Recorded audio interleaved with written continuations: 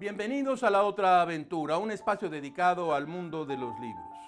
El director francés, parte importante de la generación llamada Nouvelle Vague, Jean-Luc Godard, decía que la fotografía es una verdad y el cine una verdad 24 veces por segundo. Al mismo tiempo que esta emisión, se está llevando a cabo la premiación número 95 de los premios Oscar. Cerca de su centenario, la Academia de Artes y Ciencias Cinematográficas se dispone a premiar a lo mejor del séptimo arte. La mejor película se la disputan directores como Steven Spielberg, James Cameron y Baz Luhrmann. En la categoría de mejor actor destaca la nominación de Brendan Fraser, un actor que había estado fuera del circuito varios años, conocidos por algunos blockbusters de corte comercial en la primera década del siglo, como Tarzán o La Momia. Fraser sorprendió con su papel en La Ballena, una película de Darren Aronofsky sobre un profesor deprimido con obesidad extraordinariamente mórbida. Parece difícil que alguien le quite el Oscar a Fraser. Las favoritas para llevarse la estatuilla de mejor actriz son Ana de Armas, por su interpretación de Marilyn Monroe, y Cate Blanchett, quien interpretó a la directora de orquesta Lydia Tarr. La adaptación a la pantalla de dos clásicos de la literatura se colaron a las ternas de las mejores películas del año: la reinterpretación de Guillermo del Toro de Pinocho, de Collodi, y la versión del director alemán Edvard Berger de la novela Sin novedad en el frente, de Erich Maria Remarque. Aquí tengo yo esta edición de Gribaudo y esta de Sin novedad en el frente, de Navanona. Hoy hablaremos de las historias detrás de algunas de las películas nominadas. El diálogo entre cine y literatura comenzó hace más de 100 años con la invención del cinematógrafo y sigue vigente hoy. No se vaya, acompáñenos unos momentos en esta emisión sobre la 95 entrega de los premios Oscar, las letras, la literatura. Porque como decía Alfred Hitchcock, el cine no es un trozo de vida, sino un pedazo de pastel. Como todas las semanas, les recuerdo que fue Adolfo Bioy Casares quien escribió que leer era la otra aventura y que la primera era probablemente la vida misma. Estamos pues en la otra aventura.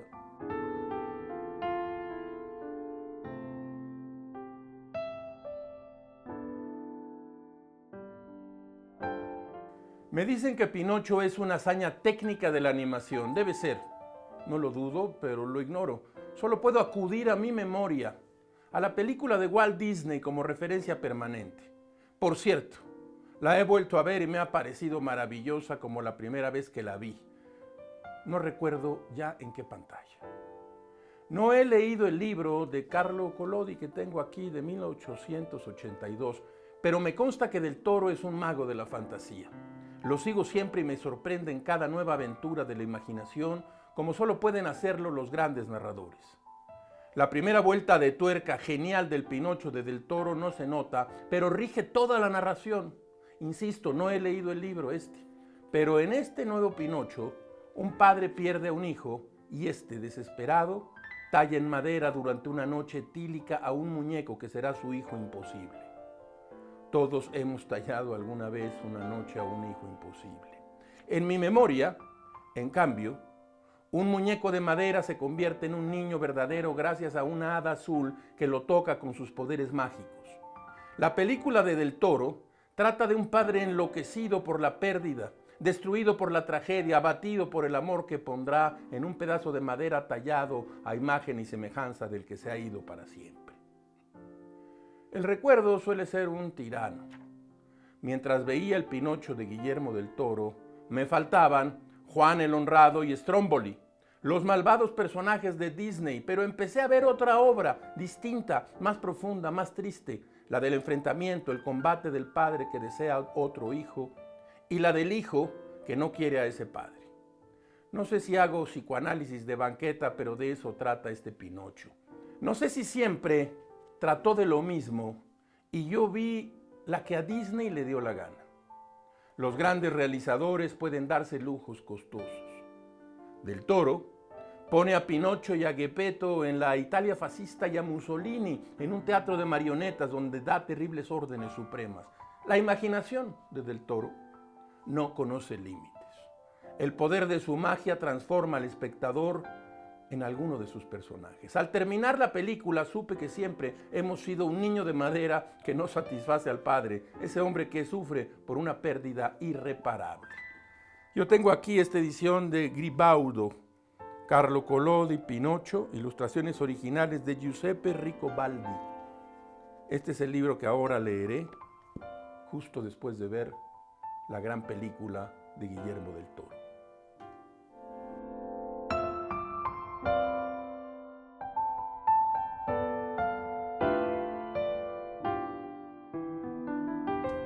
A pesar de que las adaptaciones cinematográficas no han sido vistas con buenos ojos por los críticos de cualquiera de las dos artes narrativas, el vínculo entre literatura y cine es tan antiguo como el cine mismo. Los primeros grandes cineastas, tanto en Europa como en América, se inspiraron en la narrativa escrita para llevar a cabo sus películas. El cineasta francés Georges Méliès ya había llevado La Cenicienta al cine, a partir de una adaptación teatral antes de filmar Le Voyage dans la Lune, cuyo guión, escrito por su hermano, está claramente basado en De la Tierra a la Luna de Julio Verne y Los primeros hombres en la Luna de H.G. Wells. Esta película es considerada fundamento del cine y aunque aún tiene el formato de una obra de teatro filmada, los trucos de montaje de los que se valía el director francés anticipaban el éxito del cinematógrafo como espectáculo y medio para contar historias. David Ward Griffith, considerado el padre del cine moderno, junto con la corriente rusa, fue el creador de lo que se terminaría por llamar lenguaje cinematográfico. Las herramientas narrativas que utilizó el estadounidense como primer plano, los flashbacks, o las historias que se desarrollan de manera paralela no fueron sino un exitoso intento de recrear las técnicas de sus autores literarios favoritos, específicamente de la novela europea decimonónica. Inspirado en Dickens y su manejo del tiempo y el espacio, Griffith comenzó a mover la cámara y cortar los tiempos y los espacios, marcando acentos a través de detalles, acercamientos o cortes abruptos, tal y como ya se hacía desde hacía mucho en la literatura. Esto le dio una fuerza brutal al cinematógrafo y aportó una infinidad de recursos que lo apartaban de la concepción inicial de una puesta en escena. D.W. Griffith pasó a la historia como pionero del lenguaje cinematográfico, a pesar de que su más aclamada película, Nacimiento de una Nación, fuera una oda al Ku Klux Klan y una clara apología del racismo. En ese film, en esa película, fue donde estrenó con bombo y platillo el montaje paralelo, novedoso recurso en aquel entonces donde podíamos ver una damisela en peligro al tiempo que el héroe cabalgaba a toda velocidad para rescatarla. Esta fórmula tan cinematográfica de contar dos historias que avanzan hasta encontrarse estuvo inspirada en los recursos que la literatura ya exponía desde tiempo atrás. El director estadounidense Damien Chazelle, ganador del premio a Mejor Director en 2016 con La La Land, usted la habrá visto, nos entregó el año pasado una ficción épica sobre aquellos años en que Griffith tramaba sus películas. Hablo de Babylon, protagonizada por Brad Pitt y Margot Robbie. La historia se desarrolla en los años 20 del siglo pasado y gira en torno a Manny Torres, un joven que persigue una carrera en Hollywood interpretado por el mexicano Diego Calva. El título hace clara referencia a Intolerancia, la película de 1916 que fue la ruina de Griffith. Después de su éxito con El Nacimiento de una Nación, el director estadounidense tiró la casa por la ventana con una película por demás ambiciosa. Griffith quiso unir 4 historias: la caída del imperio babilónico a manos de los persas, la matanza de protestantes de San Bartolomé en 1572, la misión y la muerte de Cristo y un melodrama contemporáneo de crimen y muerte. Para esto, David Ward Griffith construyó una gigantesca Babilonia moderna en mitad de Hollywood que lo condenó al fracaso financiero y que quedó por años como un elefante blanco que le recordaba a los cineastas debutantes que tuvieran cuidado con sus ambiciones. La película de Chazelle No ha tenido la respuesta que se esperaba del público, pero se coló a los Óscares en las categorías de Mejor Banda Sonora, Mejor Diseño de Producción y Mejor Diseño de Vestuario. Así las cosas en esta entrega de los Óscares. Se graba.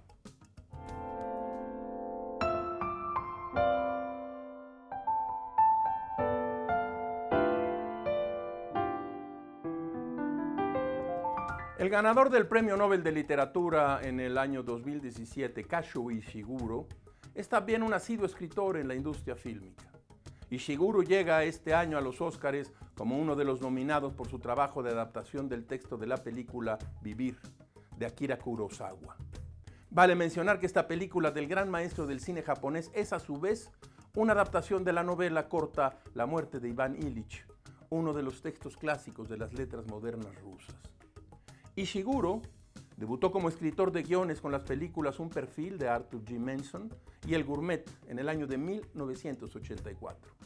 Para entonces, el escritor inglés de origen japonés había publicado su primera novela, Pálida luz en las colinas, y Ishiguro tuvo la oportunidad de ver, por primera ocasión, una de sus novelas adaptadas a la pantalla grande en el año de 1993, cuando James Ivory dirigió Los restos del día.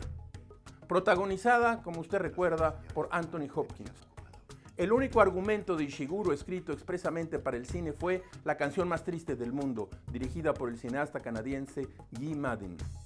Ambientada en la época de la Gran Depresión, esta película escrita por Ishiguro dejó para la retina de los espectadores la icónica imagen de la mítica Isabella Rossellini levantando sus piernas de cristal. Ishiguro tuvo el sueño de muchos jóvenes, ser músico y subirse a un escenario. No lo logró, pero su prolífica obra literaria y sus atrevidas incursiones en el cine seguramente han logrado satisfacer su curiosidad creativa. En su discurso de agradecimiento por el Premio Nobel, Ishiguro dijo: "Hay un montón de industrias cargadas de glamour alrededor de las ficciones, la del libro, la del cine, de la televisión y la del teatro. Pero al final, las ficciones tratan sobre una persona que le dice a otra, así lo siento yo. ¿Entiendes lo que digo? ¿Tú también lo sientes así?". Kazuo Ishiguro.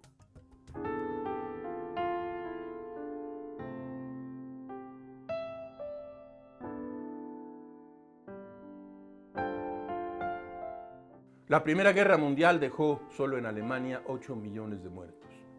La brutalidad del combate entre las principales potencias europeas terminó para siempre con el optimismo con que empezaba el siglo. El alemán Erich Paul Remarque peleó en el frente occidental en Flandes y vivió en carne propia los horrores de la guerra. Años después, en 1929, publicó bajo el nombre de Erich Maria Remarque una novela que se convertiría en un hito de la literatura bélica. Usted lo sabe, hablo de Sin novedad en el frente. La adaptación a la pantalla que logró Edvard Berger es impecable y así lo reconoce la Academia, que postuló el film, la película, en 9 categorías, incluyendo Mejor Película Extranjera y Mejor Guión Adaptado. Hoy hemos traído a esta sección el inicio de Sin novedad en el frente, un clásico indiscutible de la literatura antimilitarista. Yo tengo aquí esta edición de Navonona. Se consigue en librerías y la traducción es de Judith Vilar. Escuche usted. Nos encontramos en la retaguardia a 9 kilómetros del frente. Ayer nos relevaron. Ahora tenemos el estómago lleno de judías con carne de buey. Estamos saciados y satisfechos. Incluso han sobrado para esta noche y cada uno de nosotros ha podido llenar su fiambrera para la cena. Además, hay doble ración de salchicha y de pan. Esto va bien. Hacía mucho tiempo que no se había presentado un caso como este. El Furriel, con su cara roja como un tomate, viene en persona a ofrecernos la comida. Llama con una seña a todos los que pasan y les sirve una buena ración. Casi está desesperado, pues no sabe cómo vaciar de rancho su caldera. Jaden y Miller han encontrado un par de baldes y se los han hecho llenar hasta los topes, como reserva. Jaden lo hace por gula, Miller por precaución. Nadie puede explicarse dónde diablos mete Jaden tanta comida. Él sigue, como siempre, más seco que un arenque prensado. Pero lo mejor es que también hemos tenido doble ración de tabaco. 10 cigarros, 20 cigarrillos y 2 pastillas para mascar a cada uno. Es una cantidad muy razonable.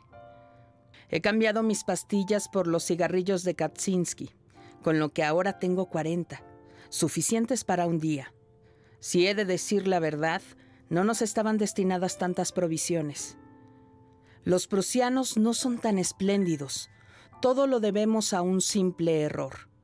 Hace 15 días que nos hicieron ir a la primera línea a relevar. Nuestro sector estaba bastante en calma y por esto el Furriel recibió para el día de nuestra vuelta la cantidad habitual de provisiones y había preparado lo necesario para los 150 hombres de nuestra compañía.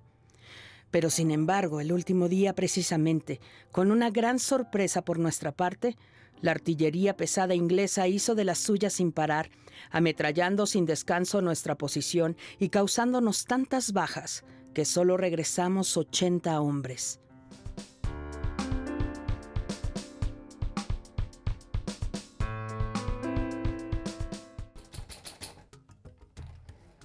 De la mesa de novedades, mire usted lo que nos ha llegado esta semana. De Seix Barral, Alba Céspedes, El cuaderno prohibido. Valeria Cosati vive sofocada por las convenciones sociales de la Italia de los años 50, atrapada entre sus roles de esposa y madre. Presa de un impulso inexplicable, compra un pequeño cuaderno en el que anota sus reflexiones y donde empieza a revelarse lo insatisfactorio de su vida burguesa.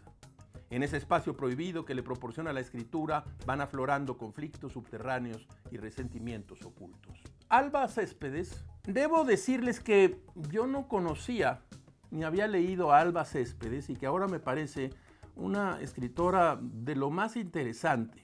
Nació en Roma en 1911, hija del embajador cubano en Italia y criada en una familia políglota, culta y progresista. Trabajó como periodista en la década de los 30 y publicó su primer libro de relatos, L'anima degli altri, en 1935. Seix Barral, Alba Céspedes, El cuaderno prohibido. Ahora, este libro de un narrador mexicano, ya no tan joven, ya más bien experimentado, Bernardo Esquinca, Necropolitana, publicado por la editorial Almadía. Una sombra recorre las calles del centro histórico de la Ciudad de México. A través de ritos de magia oscura, esta presencia invoca las energías que han sido absorbidas por las viejas fachadas de la urbe a lo largo de su historia. Paciente y furtivo, este nigromante fragua una venganza en contra de quien ha condenado su nombre al olvido. Casasola es un personaje que se repite en una y otra novela de Bernardo Esquinca. Acérquese una vez más a Necropolitana, Almadía. Libros del asteroide. Patrick Svensson, El Evangelio de las Anguilas. Un libro extraño y apasionante. En traducción de Carmen Montescano. Esta es la historia de una obsesión que ha perseguido a científicos y filósofos durante siglos, que ha traído de cabeza a pensadores como Aristóteles o Freud, incapaces de descifrar los misterios de un ser aparentemente común, pero que hoy en día sigue siendo un enigma, la anguila. Desde que nace, con su extraño comportamiento y sus diversas metamorfosis, parece eludir el conocimiento humano. No sabemos cómo se reproduce, ni qué la lleva de repente a dejar su hábitat de agua dulce para ir a morir al lejano mar de los sargazos. Extrañas anguilas poetas que mueren en el mar de los sargazos. Libros del asteroide, Patrick Svensson, de la mesa de novedades. Hay de aquellos muchachos que se rebelan contra sus padres y que abandonan caprichosamente la casa paterna. Nunca lograrán nada bueno en este mundo y antes o después tendrán que arrepentirse de ello amargamente. Estas palabras son pronunciadas por el grillo parlante del libro Pinocho, escrito por Carlo Collodi y que recientemente fue retomado para el cine por el mexicano Guillermo del Toro. ¿Qué motivó a del Toro a hacer una nueva versión de Pinocho? Probablemente que en el relato del pícaro niño de madera hay muchas vías para pensar asuntos relativos al poder, al disenso, a la diferencia, a la obediencia y a la rebeldía. Del Toro ha acostumbrado a sus espectadores a las historias de personajes excéntricos e incomprendidos, de monstruos que habitan en las sombras. En el texto de Collodi, el niño de madera reta al grillo parlante, que es una suerte de guía moral, diciendo: «Por mí puedes cantar, grillo, cuando te apetezca, pero yo sé que quiero marcharme de aquí mañana al amanecer, porque si me quedo, me ocurrirá lo que les ocurre a todos los demás chicos, es decir, me mandarán a la escuela y por las buenas o por las malas, me tocará estudiar.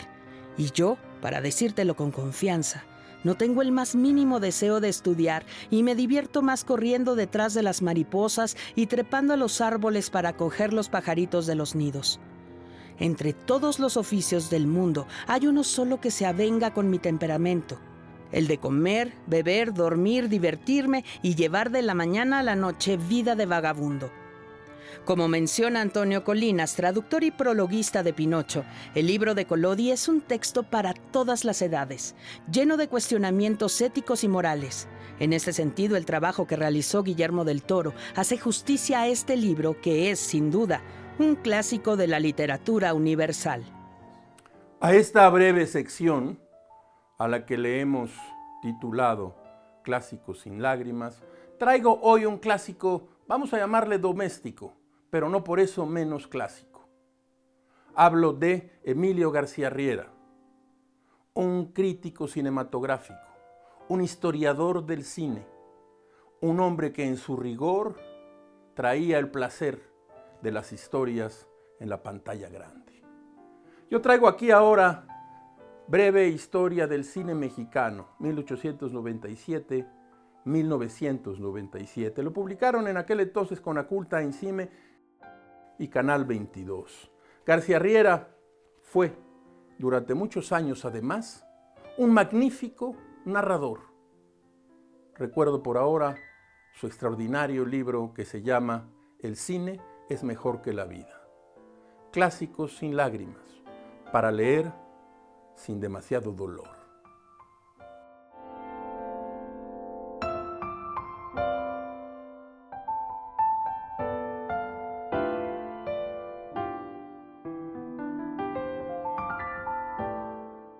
Vengo de un mundo en el cual las películas se guardaban en estas latas. Una lata muy similar a esta. De aquí salían, se montaban en un gran proyector. En una sala oscura salía un haz de luz y entraba usted a un buque fantasma. En la categoría de mejor película extranjera se encuentra nominada Argentina 1985, dirigida por Santiago Mitre.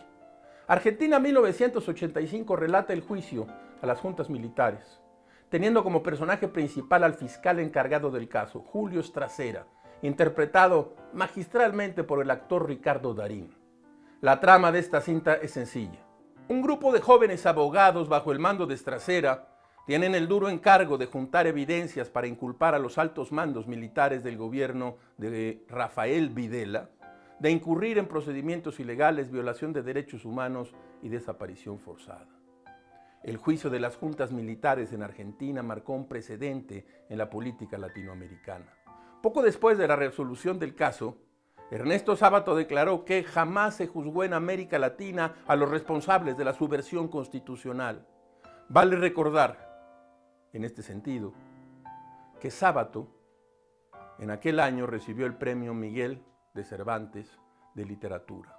Fue uno de los personajes clave en este caso, ya que presidió la Comisión Nacional sobre la Desaparición de Personas, creada en diciembre de 1983 por órdenes del presidente Raúl Alfonsín. La comisión presidida por Sábato se encargó de recabar documentos y denuncias sobre los secuestros, desapariciones y torturas que ocurrieron entre los años de 1976 y 1983. De aquella labor, de aquel trabajo, resultó el informe titulado Nunca Más, conocido también como Informe Sábato, que fue entregado precisamente por el escritor al presidente Alfonsín el 20 de septiembre de 1984. En dicho texto, con más de 50 páginas, Se documentaron más de 30,000 casos de abducción, tortura y asesinato. Respecto a este asunto, yo tengo aquí 2 libros que tienen que ver con esto y son del gran escritor Tomás Eloy Martínez. La novela de Perón, antes de la dictadura; Santa Evita, antes de la Guerra Sucia;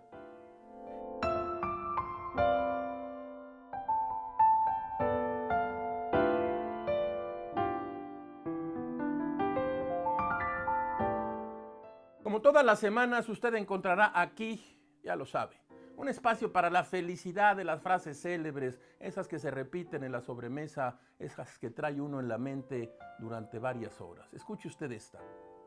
Si puede ser escrito o pensado, puede ser filmado. Stanley Kubrick. Hemos llegado al final de esta emisión y de esta aventura. Soy Rafael Pérez Gay y los espero aquí la próxima semana. Abres una puerta y aparece un mundo. Eso es un libro.